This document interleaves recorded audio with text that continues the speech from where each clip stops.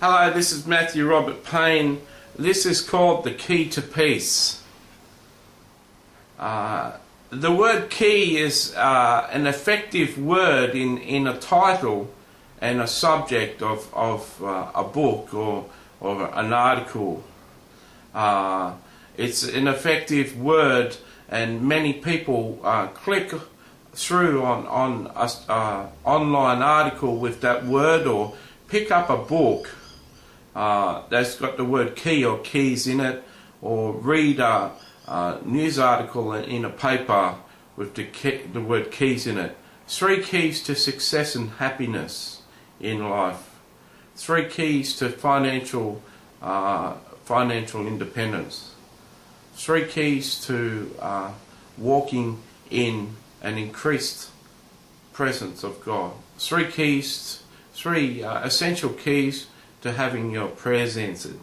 So it's a very attractive word. A key is like putting the key into a door, something that opens a treasure box, something that opens a door that no one else. A locked door, a safe, or something that needs a key means that if you haven't got the key, you can't open that door. So when I share that this is the key to peace, I'm going to share the key. I'm going to share one of the major keys to the peace of God in your life if you don't walk around with the peace of God in your life. If you're a Christian, and most people assume are Christians, you've been born again, and hopefully you've been baptized in the Holy Spirit, you've got all the essential ingredients to experience the peace of God. And when you go to church and you sing songs and in worship time and you worship God, you feel some measure of the peace of God. Most people, a lot of people, experience the peace of God in worship time. If the truth be known, if that peace disappeared at church, a lot of people wouldn't bother going to church.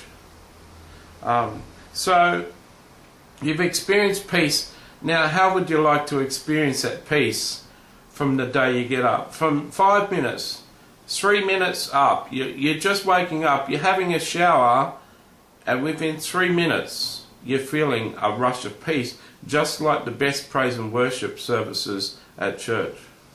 How would you like to not come out and have a shower, but come out and just switch your Christian radio on, and before the end of the first song, you're full of peace and joy? How would you like that? Would you like a lifestyle that you don't have to spend half an hour in prayer or praise or reading the Bible? You come out, within 3 minutes of being up, you're full of peace. How would you like that life? I tell you that there's a key.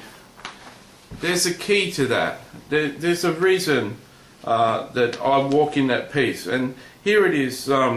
In John 14:23, Jesus answered and said to him, "If anyone loves me, he will keep my word, and my Father will love him, and we will come to him and make our home with him." Now, if Jesus and God the Father came into your house and lived with you, would it be a peaceful place? Would you wake up, and no matter where you are in your house, whether you're in the shower or just walking, preparing breakfast with the radio on, would you start to be full with peace if God and Jesus were sitting in your house? This is the key. Scripturally, this is the key. If anyone loves me, he will keep my word, or keep the commandments, the things that Jesus told us we must do as a disciple. If you love Jesus and you obey Jesus, then Jesus will bring his manifest presence into your life and fill you with joy and fill you with peace.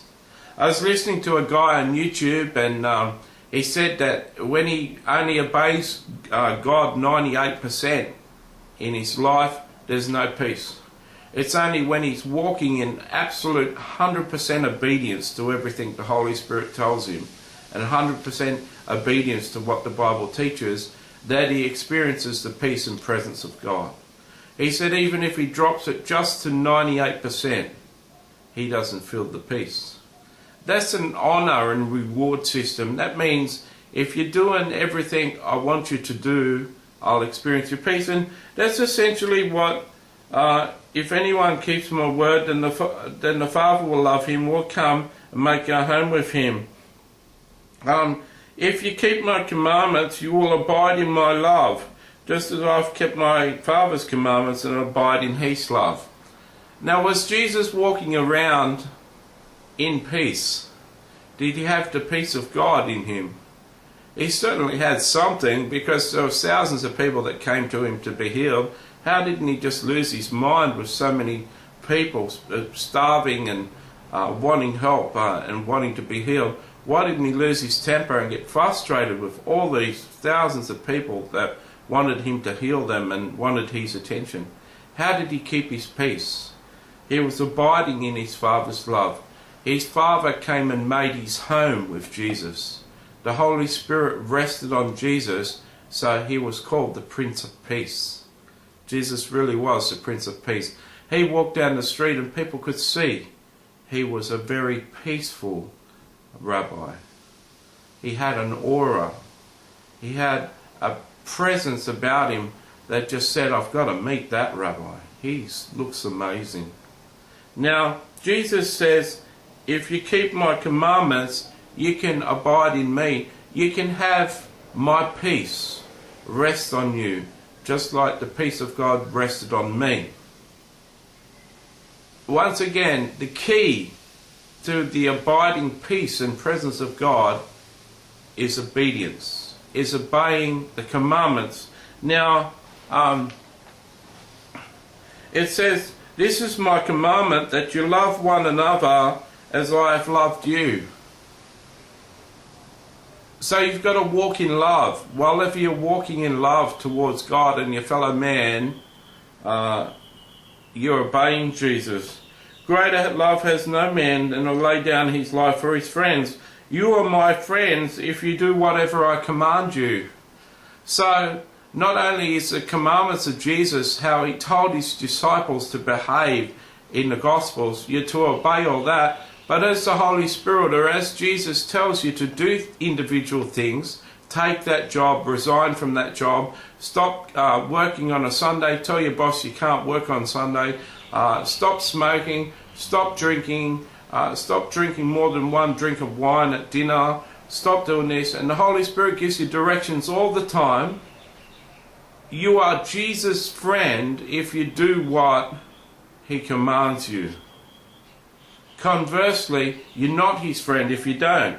John 14:24 says, he who does not love me does not keep my words, and the word which you hear is not mine, but the Father who sent me. When God tells you to do something and you don't do it, you're saying, I don't love you, God. I don't respect you, God. Now, if you're disobedient and won't obey God and won't do what God says, and Jesus says, you're my friend if you obey me, but you disobey Jesus, do you really feel that you deserve the peace and the joy to rest on you each day within 3 minutes of getting up like I do? I'm not talking in pride. It took many years. It's only in the last 18 months, 2 years, where the presence of God has started to visit me like this. It's come with tremendous self-denial and tremendous sacrifice on my part to walk in this level of peace. But I can share it with you. I can share this key.